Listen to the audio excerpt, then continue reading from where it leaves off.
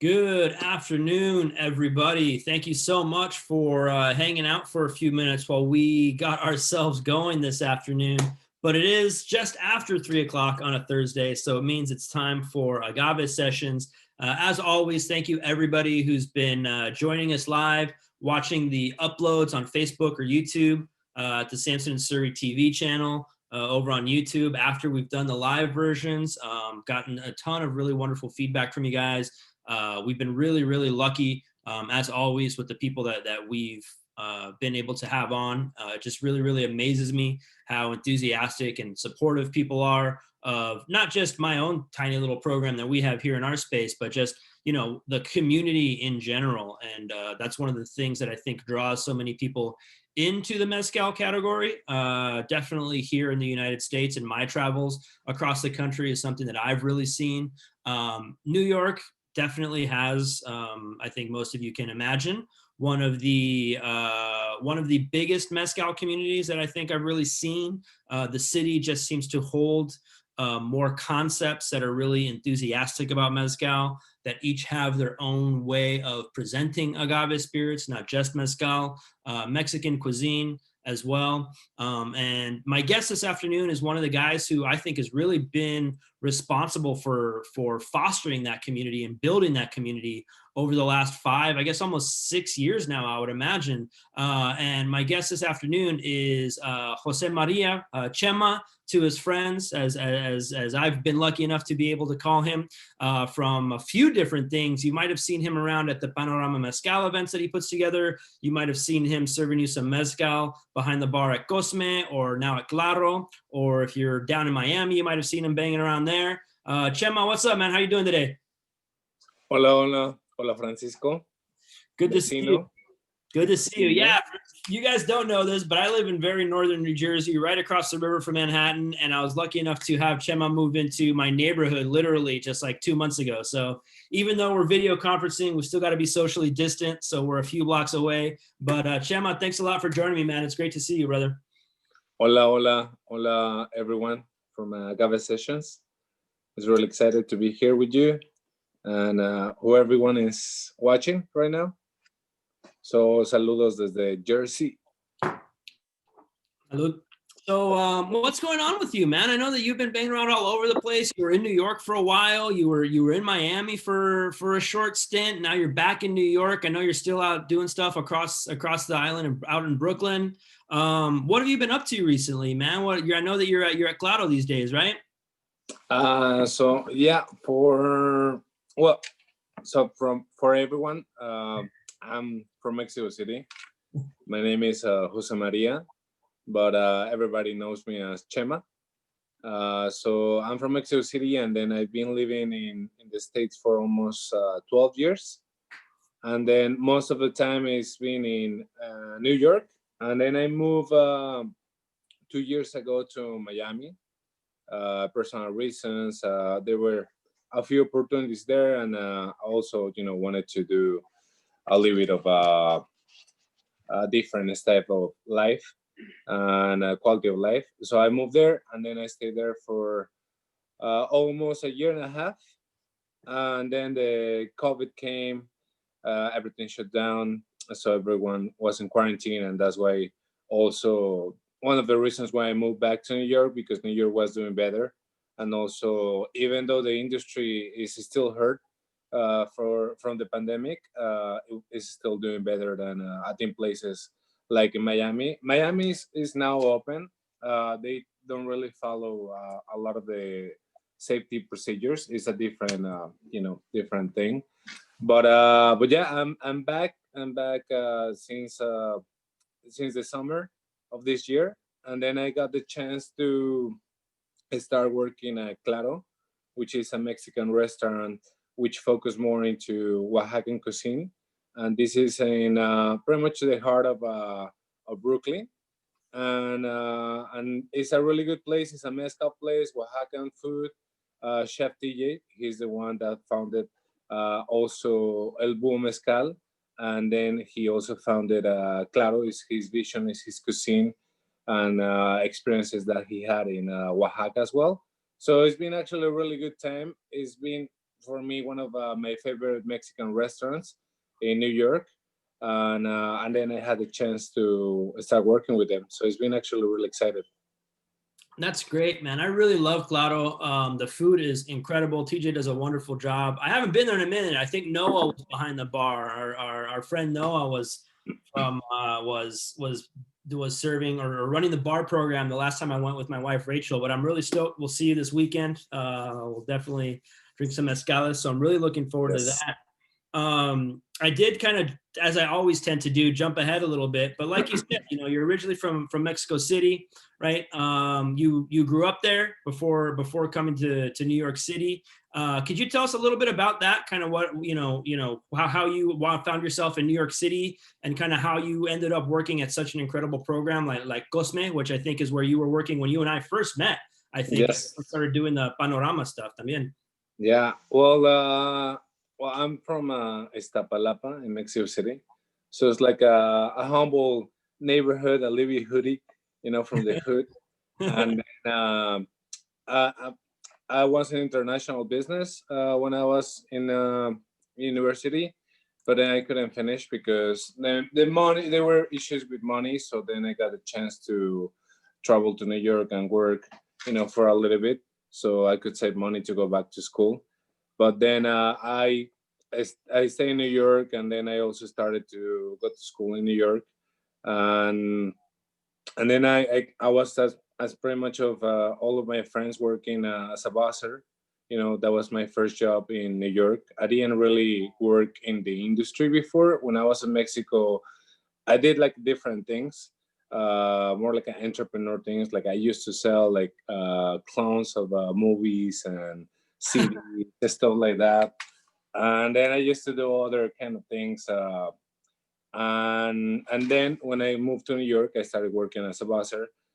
I was really bad. I think I was really bad busser, and they were gonna fire me from a place, and then they were gonna fire me from a different place, and then there were people. There were people, that they keep pushing me to do things better, and then I started to enjoy, working in restaurants industry, and then I started to move my way up to food runner, and then I was an expo, and then I was a server too, and then at the same time I was a bar back, and I got the chance to work with really cool bartenders that they were teaching me, and they were also like pushing you to do like to the next level, not to become a bartender the same way that they were a bar backs, and then they had the opportunity to become a bartender. So I was really into spirits, and I was really into learning and getting into all the information. And it was a really cool industry. I found out that it was a really cool industry in New York City in specific.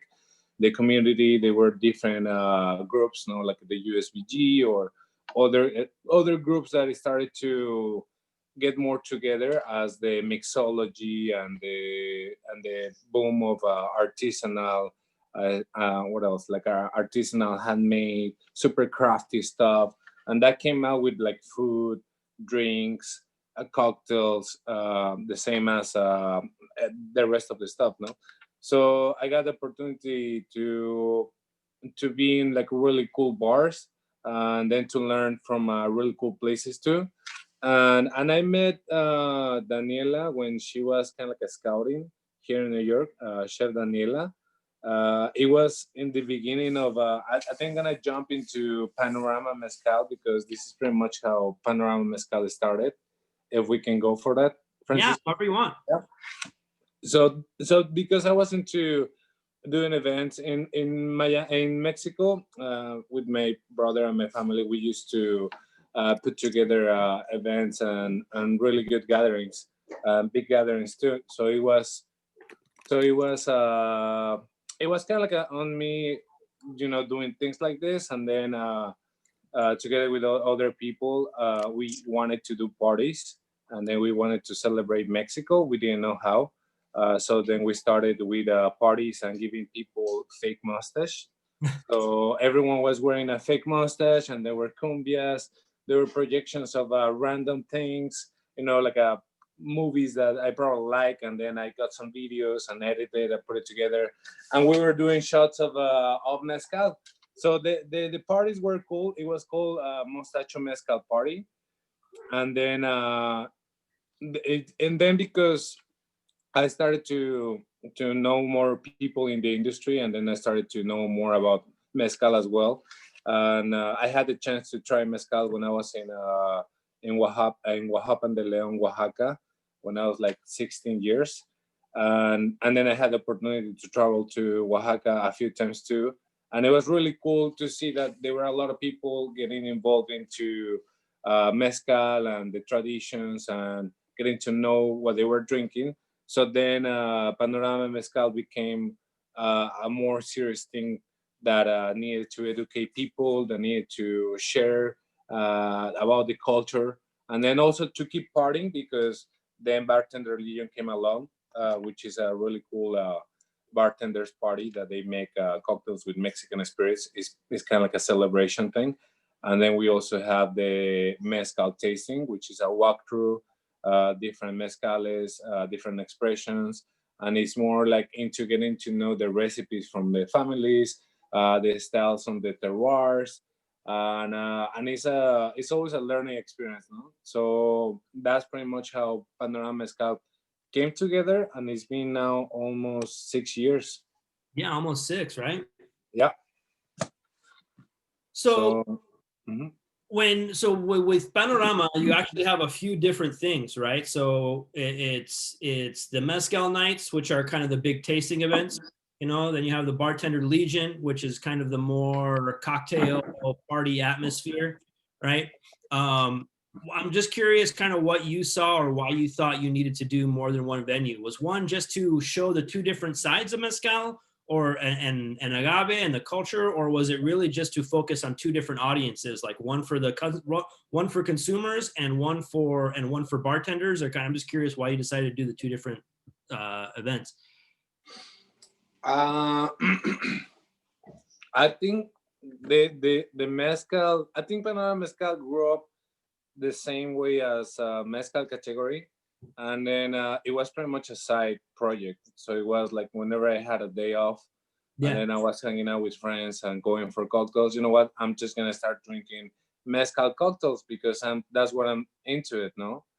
And then probably sometimes some tequila cocktails or wherever that is Mexican, just because I need, like, I felt like I needed to share those places, those cocktails, because it was part of the cultural aspect of the booming of mezcal, no?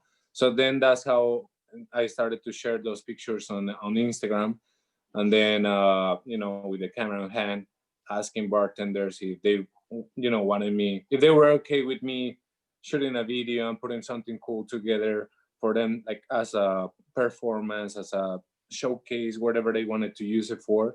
And I wasn't really into editing or shooting videos, but then I was into getting things done a way that I like it, and I feel like I'm getting better at it, and I feel like people enjoy what I'm presenting, and especially the bartenders too.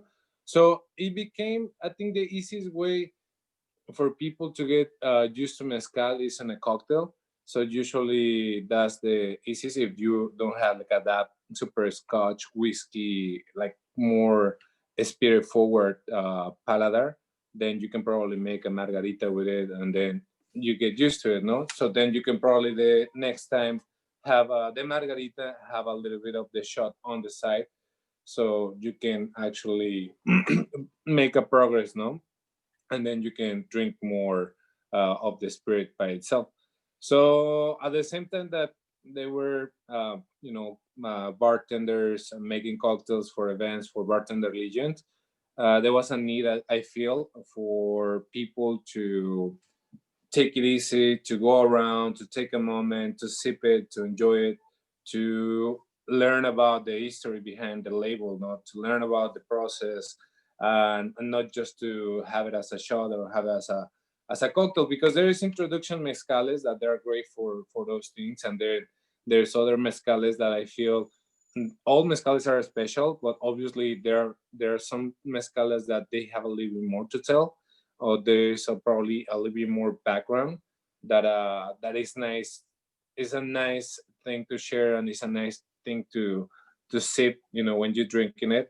And then whenever you're drinking what you're knowing and the history behind, you get more appreciation for what you're drinking. So I feel people in New York or like big places. Well, I feel like in the States in specific, there's appreciation for Mexican food, spirits, culture, and they know that it's been a a real long like time for the process on the tradition of mezcal. So there's appreciation for that, and that's why mezcal is such a big thing in cities like San Francisco, like Chicago, like Austin, like New York City. And then you have really cool lines of mezcal in the States, because they know that people is going to be drinking those, and they're gonna appreciate those, and they're gonna pay for those, because they know what's the value. The same people that is gonna be paying more than $150 for an aged Scotch, for a really good whiskey that it costs more than $100, is gonna be paying the same amount for wild agaves, no, for batches of 200, 300 liters, which is like a really it's more like a collector's item, no. Hmm. Yeah, that's one of the things I wanted to ask about, because I know my own experience, and I'm really curious the things that you find consumers respond the most to. If it's the culture, is it the mixture of everything? What do you find to be the best ways to make them realize that, even though the prices of mezcales tend to be, well, two different things, right? Like on the high end of mezcal, you see the price ceiling going up, right? And then to a certain extent, you also see the floor coming down a little bit, kind of, although that seems to have stabilized a little bit. But how do you find the best way to get consumers really see the dollar value in paying that 15, 20, $25 for a pour of a particular mezcal? Do you try and focus on something like selling them on the fact that it is wild harvested? Because I've talked about those things before, but then as a brand, Vago, we're trying to actually reduce how much we're relying on wild harvesting, and we're trying to find ways to take those historically wild Silvestre agaves and actually cultivate those. With your conversations with consumers, what have you found that they respond the most to, or some of the stuff just like over their heads?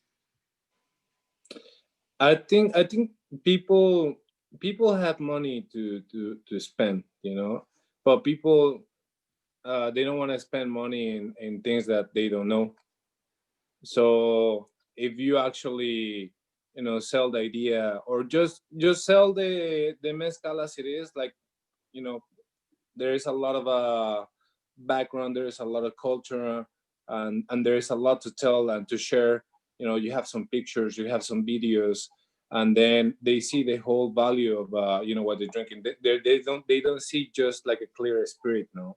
They can Yeah. see through the spirit. And then I think it's more into that bridge that probably one as a bartender, as a manager, as a server, as a salesperson. That's kind of like the bridge that you create, no, for the consumers, and then it takes them back to Oaxaca. No, like I like to tell people, like I'm gonna take you to, not to Oaxaca, I'm gonna take you to the state of Guerrero, let's say, no, and then I pour some Guerrero mezcal, and then I mention about the facts that happens in the mezcal escupriata, no, or like a different characteristic, so they can realize that they are in a different state, no, or just kind of like I'm not sure, like for me, like I like to be in the picture. I like to imagine how it is, or I like to make people see that, no. And then if I have the chance to probably do the extra step and show pictures, no, or probably explain the growing age of mezcal, what that means, no, because there's a lot of confusion, and people sometimes they still think that is age, no. So then if you do the extra step, they actually, every time they're gonna they sip that mezcal, they're gonna keep getting into more of that rich flavors of and everything that means for them at the moment, no, because it's an experience. no, that you created, and then that it comes along the mezcal with the storytelling, no. So let me pour some. I got some estancia raicilla. It's a destilado de pulque from the state of Tlaxcala. I'll save you some, vecino, if you wanna See you this weekend, man. stop by. Un destilado ahí de Tlaxcala. So where are you sipping? Aquí tengo el resto de the kind of the second half of. We just sent out the newest Colorado batch from which was an ensamble from Joel Barriga. Snowflakes. So this is the old one. This is Nice. the first one that we did. That was that was I think like 95 liters, 93 liters from 2017. Y este fue it was a blend for post distillation, the Madre Cuiche y Tobalá. And then we put it in, Emigdio distilled it, but we actually rested it in the clay cántaros from Acalino's family that are like 100 years old for 3 months. So this is the batch that I have. Well, Saludcita, I have to stop by for some of that special batch. Saludcita, salud a todos. I'll make sure that I bring a bag of some goodies with me this weekend, man. Por favor. That's one of the things that's incredible for me, man, is how much, I mean, I there's exceptions to every rule, but just how much I think mezcal tends to get better after it just, maybe I just haven't had this one in a very long time, but I swear every time I taste it, it gets better and better. The longer it sits, man, it just really, really impresses me. Yeah, I think some of them, whenever they come too hot, I just let it like rest for like a little bit, because then it mellows. Yeah. It needs some oxygen, and then it actually opens, and it's not just the hot burn, in the beginning. Because I like overproof. I like that floral, because then it takes more of the spectrum, right? So you get to know more what you're drinking. But then sometimes it comes really hot, and then you just gotta let it rest for a little bit. But yeah, going back to what we were talking with customers, I think people is not really afraid, at least of I guess when I was working at Cosme, it's the same right now. The same as Claro, that there is people that is coming to these places because they know what they're getting into, right? So these are really well-known Mexican chefs, cuisines. A chef is also really well-known, and then they're also well-known because they represent mezcal with the spirit selection that they have, right?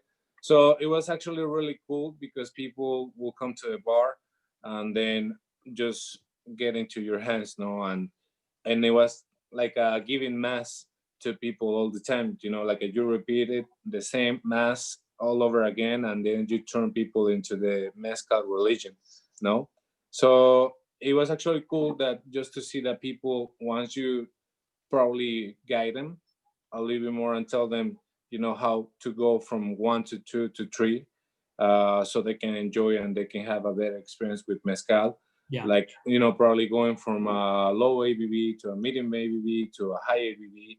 So you don't start with puntas and then you follow with a 45 ABV, and then the puntas just takes everything, away from the 45. No, so there's a way to guide people and then to have that experience in a better way. I think I do it in a way that I like it, that I learn, that is probably easier for me to explain, and for people that I see that they go into that experience a little bit easier. So it's nice. It's more approachable, no?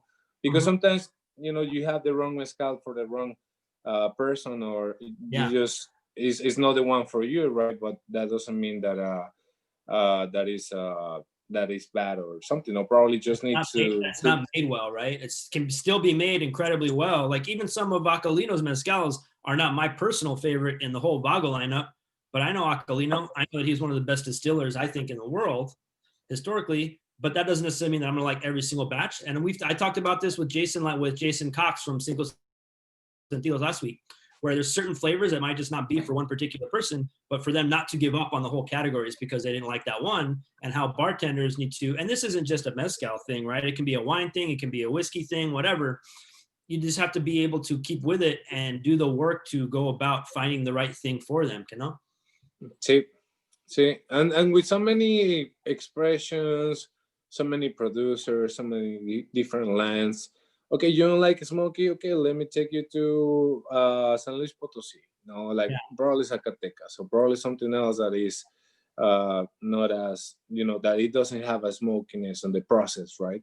And then you get more into the floral aspect, or let's go for a raicilla. There's a lot of options to go around, I think, and and that's the cool part of mezcal, that even with the same producers and the same agaves, it's never gonna be the same. No, it's always gonna be a special batch that was made that day, that it was that many liters, and that's it. The next one is not gonna be the same because of the weather conditions, the bacteria. The agaves are not gonna be the same agaves that you were using before. No, the timing changes too, and then the everything, all those factors that makes, I feel like every time that you see a bowl of mezcal that is like artisanal and well made, is a collector's item. No, it's something that is there for you, and you're the only one. No, like if there is one out of 80 bottles, and that means that one out of 80, how many people is just gonna have it the same as or just having like the last production of Aquilino. No, it's like a legacy, right there that you have, and then you might want to save one for and that's it, no, because the value right there, and then you'll go easy on that one, because that you want that one to stay a little bit longer, no. So For somebody who works specifically for a brand and has worked very directly with distributors and sales reps, that's definitely been one of the biggest challenges for me. And if anybody out there, is watching that and trying to, learn, or watching this and trying to learn how to talk about particular spirits, for example, the ensembles that we do, right? Like every label says ensemble, but we have to be able to do the work and communicate to distributors, to bartenders, so that they can tell consumers that this might be ensemble, but and it's something that we do several batches of, but every single batch is different. So that one single batch is a special release, right? Because Tio Rey, for example, I can't remember if I've ever seen him do the same batch of ensemble twice, not even twice in a row, but just I've never seen him, repeat a recipe from 5 years ago, so every single batch is really special, and I think needs to be appreciated that way. And even if you look at something that is like 100% Guiche, right?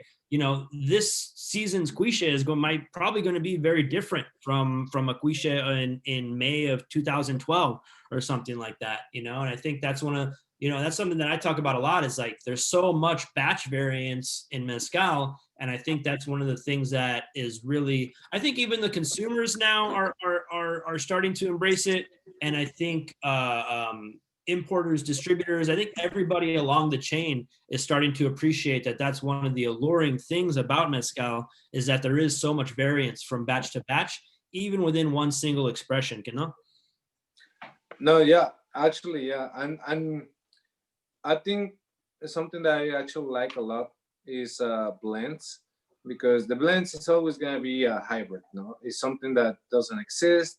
Yeah. It takes the best out of the agaves that you're using, and then it's just something that it doesn't exist. No, so I like those, because it's like a putting in a chemistry, like all those flavors, and then you create a new agave, right? So I like ensembles a lot, and then it shows more about the land as well, no? Because it's pretty much agaves that they grow in the same field, and then they share the same roots and the same nutrients that the land is giving, no? So yeah, there is a world to discover with Mexican spirits, and there is so much going on. Like this destilado de pulque. I think this is actually really really nice too. And then you have other destilados, with the quiote, or or some other fruits, or some other pechuga style, or some other types of cut on the alcohol too. That it's a lot, that it's just like a little bit that. Well, the thing is, like, I think we have a lot of mezcal right now, and there is more mezcal that consumers, but there is still more that Mexican spirits can show, but it needs to be more uh, informed. No, it needs to be more. There's a lot of there is a lot of confusion right now. There's a lot of politics too, norms and things that is good for one side, is good for the other side. But I think we gotta look for the future, for the sustainability weight, and also to protect what we have built for so many years. No, so I feel like there is a lot of confusion right now in the market. There's a lot of brands that are coming, from big companies too, because they see that they see that mezcal has a really good future, and then it's dangerous for everyone. It's good at the same time because it creates jobs, and I don't think there is something wrong to say about any mezcal, because it does create jobs. But then it's still important to have transparency, and to be clear with the consumers, no. But then at the same time, there's a lot of confusion and there's a lot of marketing. So I think we need to be more educated about what we're drinking. Yeah, that's one of the things that I'm not jealous of you. I don't envy you because of this, for sure. And that I'm kind of glad that I don't have to navigate as being a bar manager or a buyer for a bar, and that, meeting pour cost, right? Because like agave spirits, well priced, fairly priced agave spirits are not necessarily the easiest thing to work in a bar program that is going to be profitable, right? And that's usually where a lot of restaurant operators and bar operators, that's where they look to become profitable, is to the bar program, right? So, that's one of the reasons that I'm kind of glad that I don't have to navigate it, because it seems very tough to be able to incorporate something that might be a little bit more affordable, that might not tick every box of on the checklist of, like, is it produced sustainably? Are they paying enough to the producers? Are they paying enough to the jimadores? Check, check, check, check, check, check, check, right? And then also that might not be a profile, right? Like you mentioned, I think we mentioned a 40% mezcal at some point in the conversation. I heard the word 40% pop up, right? And that doesn't necessarily mean that doesn't have a place in a bar program. But at the same time, I think we owe a duty. And this is one of the things I see chirped about a lot online on like Facebook and stuff. People are like, oh yeah, I shouldn't be producing mezcal at 40%. But it's hard for people to run a bar program and not use those things in their bar program.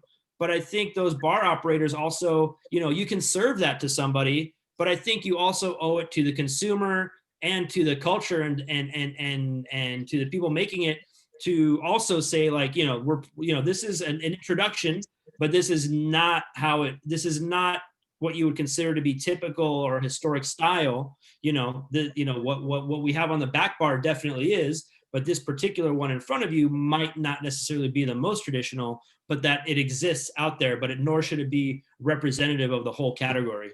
And it really amazes me that you guys it's because, like I said, it seems very, very tough to walk that fine line of incorporating. And usually I find it's usually more in the tequila category than the mezcal category, but I think that's changing. But really, it just amazes me how much work you guys have to do. And Vago's grateful. I know a lot of the other brands are grateful that you guys are able to still incorporate those things, but also be really great representatives for the brands that are trying so hard to do things the right way.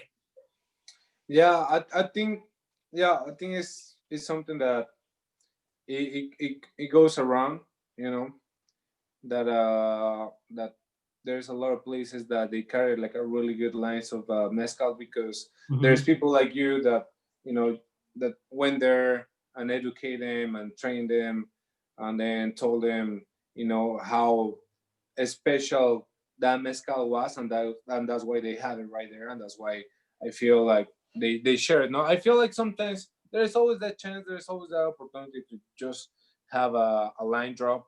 Like, you don't have to be there sitting with them and just tell them about juice and the whole thing. Like you can just say like a line drop that probably takes a little bit more, that 10 seconds, and then people is gonna take that with them, and they're gonna take it home, and then next time they go to a liquor store and they see the bowl, they're gonna take it because they know, what it means, where it's coming from.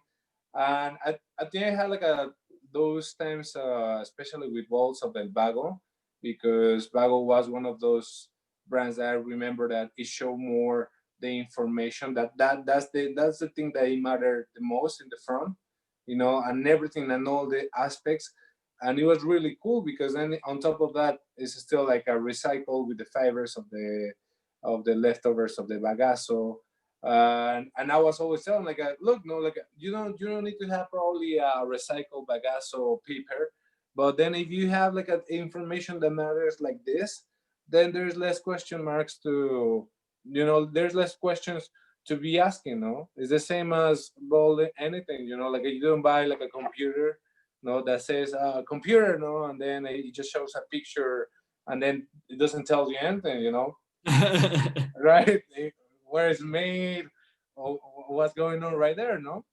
Like if you buy something that is well made, that is actually a really good thing, it's gonna come with all the information that you need, so you understand that that's the value of what you're getting, no? So I feel like there's a lot of brands that they've been focusing on that. I think one of the most important things, obviously, is the maestro mezcalero, because without that person, you wouldn't have that mezcal. So I think that's one of the things that brands, for me, is like important, to see that recognition, that respect about where are you getting that, because that juice didn't make itself. Someone actually was taking care of the distilling, checking overnight, harvesting, probably getting a rush, or carrying those things. No, so that name has to be right there, because then otherwise you wouldn't have that thing. No, so the same as the other mezcales. No, so it's tricky just to see sometimes. Obviously, how the marketing works, and then with brands, and still what people goes for, whatever is catchy, whatever probably goes, because there is different obviously consumers, right? I feel like mezcal fits into a really well place that people wants to understand more, and then there's more people that they're like, oh, I like mezcal because they've been to Mexico too, and they've been to Oaxaca, and they've been to other places that probably had a mezcal, and because they were in Mexico, you drink, whatever Mexico makes, and then they come back with that appreciation. And I feel like because it helps a lot that Mexico became a popular destination for tourists to go, Oaxaca as well, Tulum, Mexico City, and so many places, and people like and love Mexican culture too. I think is really well appreciated, and then that's why mezcal also fits into everything, and it's a cool category, to be honest. And I think it's one of the most complex categories, just because of the timing of the agaves, the bacterias, the chemistry behind distillation as well. Know how it works, how it's different from other spirits as well. No, so I think we have a lot to offer. And then if you want to go like probably deeper, then you can talk about Aztecs and other pre-Hispanic cultures that they also took advantage of the plant. No, and then how important it is for that. Well, how important was for those cultures that they were actually gods and deidades, like a dioses. Yeah, I mean, honestly, that's one of the reasons that I wanted to start doing this little program in the first place. Because, like you said, it's up to you. If you want to go deeper, you can. And for me, I always want to go deeper. And usually, a lot of time, not usually, but a lot of times, it's not necessarily into the mezcals that I want to go deeper, right? Like I want to start. Maybe I want to look at like the history of or the style of textiles from a certain region, or the style of ceramics from a certain region, or the plant botany itself, right? And that's one of the reasons I've been really, I've been so glad to be able to have this outlet, is to talk to so many people that, I can have people on, ask the questions that I want to ask, and then the information's out there for consumers or for bartenders who want to learn more about the broader culture, not just the mezcal. Because when I'm in my role of traveling around in the US and visiting bars and stuff like that, like our time together, like every time I've done a staff training at Cosme, and when I have done them at Claro when Noah was there, like an hour is not a lot of time to transmit a lot of information. Vago has worked, even when we were only working with 2 producers, it was really hard to cram all the information I wanted to cram into that 1 hour, and even in that hour, you're sticking mainly to mezcal, but that gives you like just a little sliver of the amount of appreciation that you can have for the culture at large, because mezcal unlocks so many different things. It unlocks the cultural history. It unlocks the environmental history, whether it's the geology or the plant history or whatever. There's so many things that it really unlocks for people, and it's so hard to find the time to be able to do that. So I always love to go further down. I'm so glad to be able to kind of incorporate those things in this program. And that's one of the things I wanted to ask, and that's kind of what I meant when I was asking you earlier, is what are the things that you find to be most successful for people to get an appreciation? But from your perspective, what do you think that consumers respond to more? What do they value more? Is it how delicate and beautiful the spirit is? Do you find them more responsive to the time that it takes to grow the plants? What do you think is most important for your guests when you're pouring them mezcals? I think it's all it depends of the mezcal, and it depends of the people too, because you may give them like something that is probably a little bit more oily, that it has more like that heavy alcohol flavor, and it's probably not the best one for them. Yeah. And probably you explain, the high alcohol and everything, but probably it's not the right one for them. The same as you mentioned that you tasted some Aquilinos batches, and it wasn't probably uh, your favorite of Aquilinos, and then you probably can choose something else instead of that one, or you probably just need more time, or it probably needs a different pairing, or a food to go with. So there's a lot of different factors, and Yeah.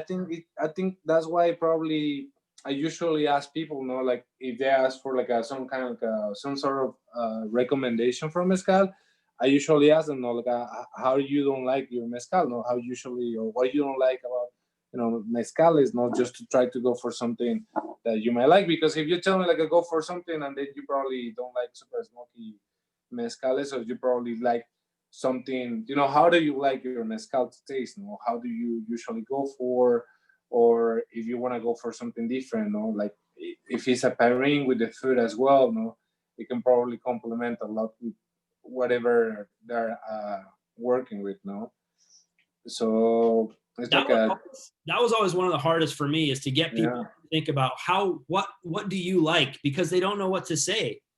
You know what I mean? They're like, oh yeah, I want a mezcal, but I don't want it to be too smoky. And that's kind of like where the conversation stops. And they get so intimidated and they don't want to look silly or whatever, they become very self-conscious. So it was always very difficult for me, and it still is when I'm behind a bar, to pull that out of people, of like, okay, well, what kind of wine do you like? Or what other kind of spirits do you like? Do you like something floral? And then they don't even know what you mean when you say something floral. So that was one of the hardest things for me, is to work on my ability to get information out of my guests and to increase my vocabulary, so that I could find words or things that they could understand and could be able to tell me what they're going to want or what they're going to like. So if anybody is new to bartending or something like, or new to agave spirits out there and is watching, really just work on honing your approach to your guests, and how to speak to them, so that they kind of let their guard down a little bit and let their walls down a little bit, so that you can, find them the right mezcals, the right style, the right location, or whatever, because going back to what I was saying about Aquilinos mezcals, is like everybody absolutely loves Aquilinos Quiche. Me in general, I'm not a big Quiche fan, because it's too dry, it's too dusty. I like fatter, richer, heavier, like Espadines, Madre Quiche, something like that. but that's just my personal style. You know, that's just what I like. That's true. I mean, I love kushes. I like that dry. I like that dusty. I love that super, like a rainy day kind of like a thing too. I also like super fatty around mezcales. All of them, all of them are really, they're really good. Uh, let me. I pour some of this mezcal is a chacolo. Ah, que chido. And it's an Agustofolia brocha, but this is a capon, 3-year capon. So I meant to ask you earlier, and just to backtrack slightly, for anybody that isn't familiar, you know, the destilado de pulque, right? So pulque is actually the fermented sap. So it's not what we're using to produce mezcal. Mezcal is the actual fermented plant material and the fiber with water added to it after we roasted it, right? Pulque is the actual raw sap of the plant that has been fermented and then distilled. So that was the first one that you were drinking from Yeah. right? Uh-huh. And then I know there is a few producers that they add pulque or for their distillation or for their fermentation too. And then I usually find that it gets more funky too. Yeah. And floral, like and it's really nice. And yeah, obviously, no, there's like probably 5 variations of. I'm gonna pour some to my roomie that he's watching me right here. And then the capon that you're drinking now, so the agave that have had the quiote cut and then left in the field, you know, like Yeah. Acalino always called it bien picado, because the plants start to break down, right? The little bugs and stuff start to eat them, bite them, picado. So they've been very well bitten and they've been eaten a lot. And they almost start to kind of rot in the field, and it actually concentrates the sugars. And then over time, some of those sugars will kind of start to break down a little bit. So you actually get a lot of like savory, funky notes, at least from the bien picado. Yeah. I'm really curious how that compares to the chacolo, which is also from Jalisco, actually. You know? Yeah, I think that's true, because I see it the same as bananas.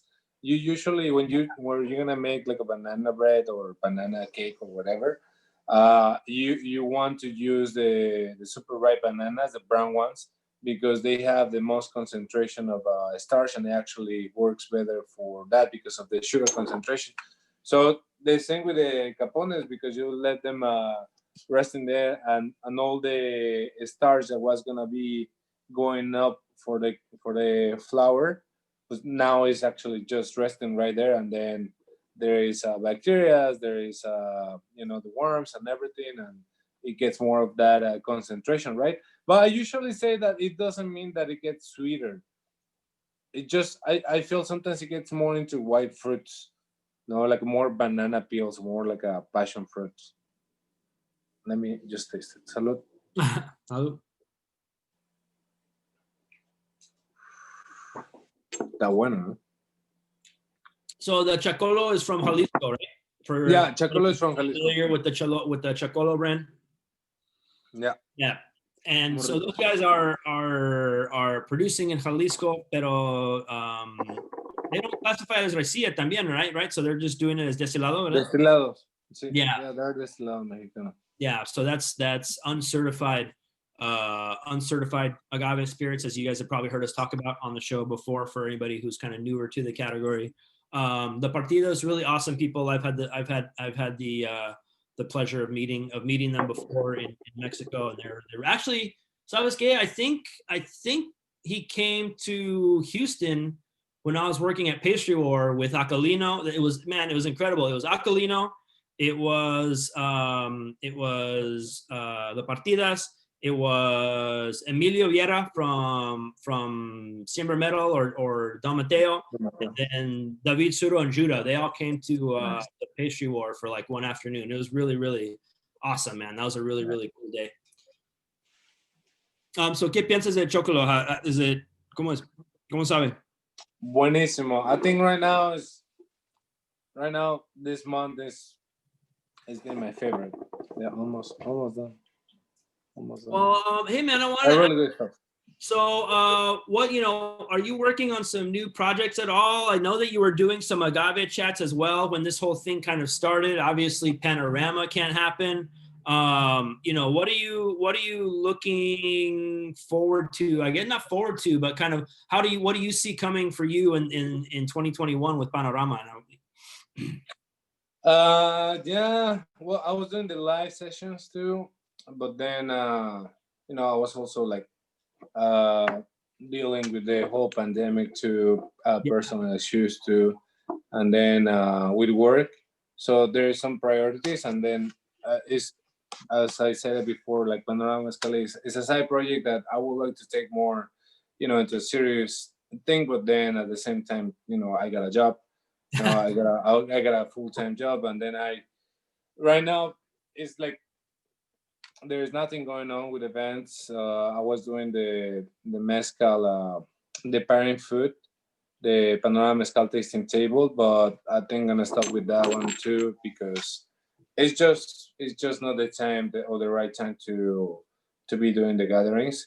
But I think probably for next year I'm gonna keep doing the lives with I mean I had you the Yep. lives too. It was cool conversation, cool people too, and hopefully we'll get back to gathering people in small amounts, and we'll do some small tastings too because I feel like this is the time probably to do something more private, with people that they'll know that it's because it's private and because it's actually with good mezcales and for a good thing for knowledge is gonna they are gonna take it more serious too, or we'll see how we can improve.